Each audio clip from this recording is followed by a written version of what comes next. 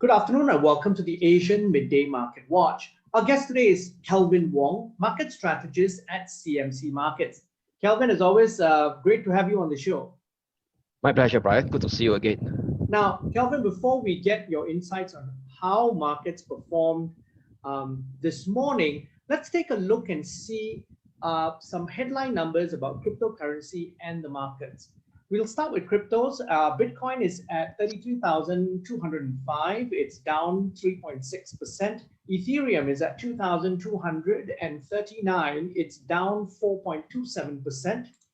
The Nikkei is at 28,175. It's down 0.68%. The Shanghai Composite is at 3,533. It's down 0.57%. The Hang Seng is at 27,401. It's down 2%. And rounding up the numbers, we've got the ASX 200, which is at 7,304, it's up 0.11%. So that's the only green number. What's your view on the losses across the region, Kelvin? Well, what we could see over here is it seems to me that number one, it's likely linked to this in terms of we talk about this peak growth narrative that has been getting pretty loud in the last couple of weeks. Well, let me talk about what this peak growth narrative is about. So earlier at the start of the year, right, everyone is talking about this trade about reflationary trade, where we're talking about global economies start to get open, going forward that activities will start to increase. Then all this gel in with together what we call number one, with a tremendous amount of fiscal stimulus coupled with this ongoing easy monetary policy that we start to see for close to a decade or so. Yeah. Yes. So then now back into the picture is talking about maybe last 3 to 4 weeks.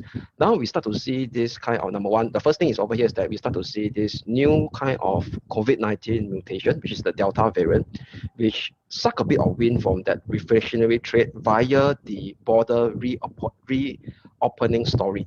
That means talking about borders getting reopened, especially now in summer times in the Europe session, that tend to be a bit more toned down or negated. So that kind of suck out a wind of the reflationary trade a bit. But what's interesting about the reflationary trade, in the first half of this year, it's actually driven by cyclical stocks like banks. Okay, so one of the reasons this reflationary trade is this rising yield spread. Okay, what is rising yield spread is actually if you look at the global benchmark, would be the U.S. Treasury yield. So we're now talking about the difference between the 10-year yield minus the shorter term. It can be the 2-year or the 5-year. Okay.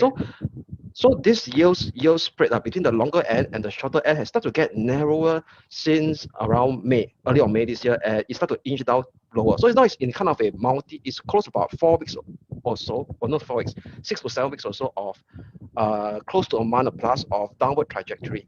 So that are actually kind of put away that kind of create a bit of negative feedback loop to this cyclical trade, especially on the banks, where banks actually are dependent in a way of net interest margin. So in order to see their net interest margin, we call it on the upside, we need to see a rising yield curve rather than a downward sloping yield curve that we are seeing now. So that actually explains the kind of underperformance in the Singapore stock market, actually the STI, which is down 0.5%. Yesterday it was down 1.5% as well. So net together, you see down 2% for this day, today and yesterday, because the STI itself is heavily weighted to 3 banks. Okay. Mm-hmm. Now, so that actually explains the picture on it. So one of the things which also then it's contributed to this negativity is the latest Chinese clampdown on big tech, isn't it? Because basically we had the poor performance of Didi, and that's followed by earlier the clampdown on Alibaba. What's your view on this, and do you think that this is something that's going to continue? Yeah, because what's interesting over here is that let's take a step back first. Was initially late last year that clampdown started on Alibaba, right?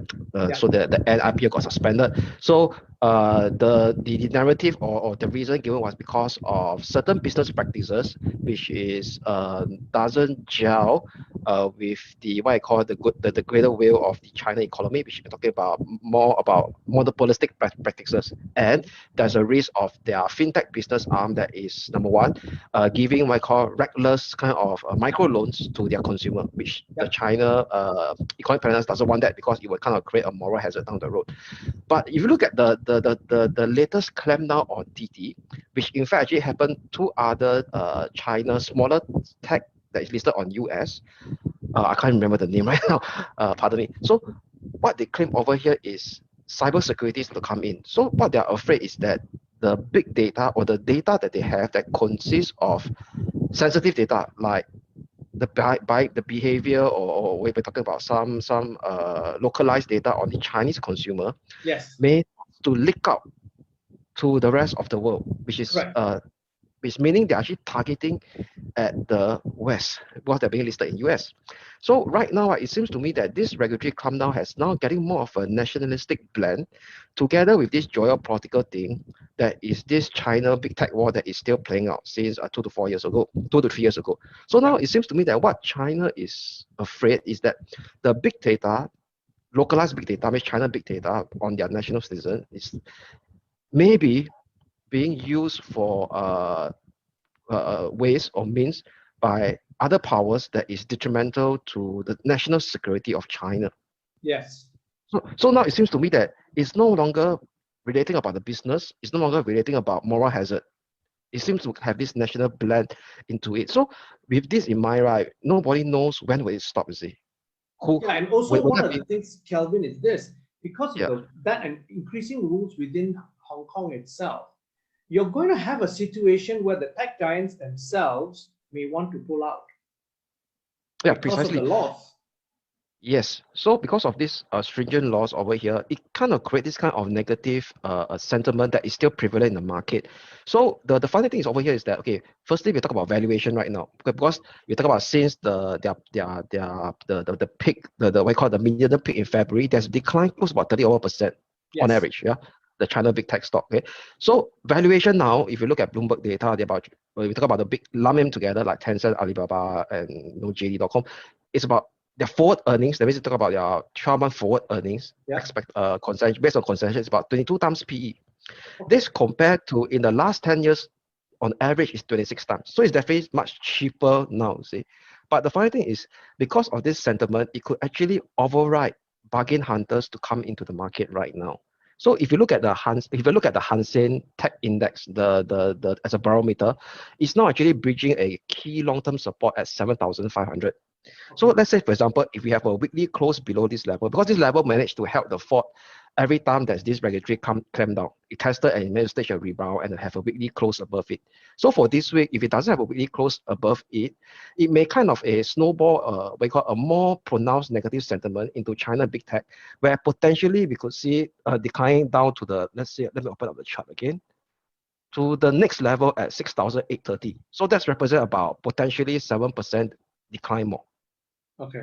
Yeah, so that's but one thing to add, talk about the Chinese stock market, right? Actually, it seems to me, right, okay, we know that Chinese big tech stock got hammered today, but on the twist side, on the contrary, there's another different fortune on China listed EV stocks. We talk about A shares and their related counterpart, like their batteries, all this. But all these are A shares, okay, localized stock. So their localized stock, if I were to measure using this global X China ETF and batteries, ETF is actually listed in Hong Kong with the ticker code of 2845. It actually valued 3% today. You see, China big tech stock on the average declined 3%. Yeah, this particular counter, there's a spread of 6%. Yeah, this counter actually this particular sector, which is a localized EV China play, valued by 3%, is an all-time high. So it seems to me that it's really a bit of nationalic blend to it. Who knows that perhaps the resources now by the China Central Economic Planners is being pumped into these localized EV players or their localized EV suppliers like the batteries. Yeah. That's interesting insights, Kelvin. Kelvin, thank you very much for coming on the show today. Thank you, Brian. My pleasure, as always.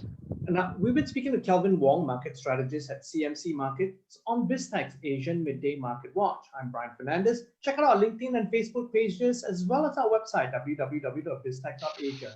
Please like and subscribe to our various platforms. Thanks for tuning in.